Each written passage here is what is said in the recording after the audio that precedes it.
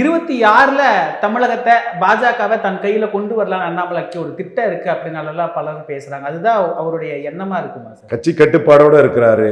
கட்சி கட்டுப்பாடு தாண்டி எந்த வார்த்தையும் அவர் பேசல. விஜய் ஒரு நாசகார சக்தி, ஒரு விஷம், ஒரு மதமாற்ற கோஷ்டி, அந்நிய சதியோட மோடிக்கு எதிராக வந்திருக்க ஒரு சக்திங்கிறத மோடி கிட்ட நாங்கள் தான் என்லைட்டன் பண்ணணும். 8ஆம் தேதி 9ஆம் தேதி படம் ரிலீஸு, 8ஆம் தேதியை நாங்கள் சொல்லிட்டோம் சசிகலா ட்ரீட்மெண்ட்டு தான்னு.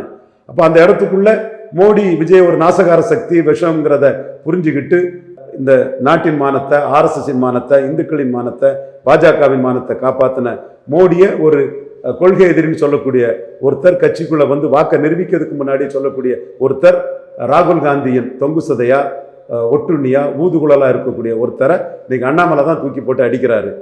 இன்ஜினே இல்லை, நீ என்ன பெரிய இன்ஜினை பற்றி பேசுறதுன்னு.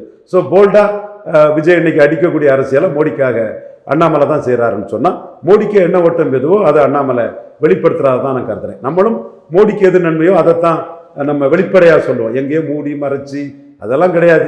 மோடிக்கு எது நன்மையோ அதை வெளிப்படையாக சொன்னோம். நீ ஏற்றுக்கலைன்னா போ, என்ன வேணாலும் சொல்லிட்டு போ.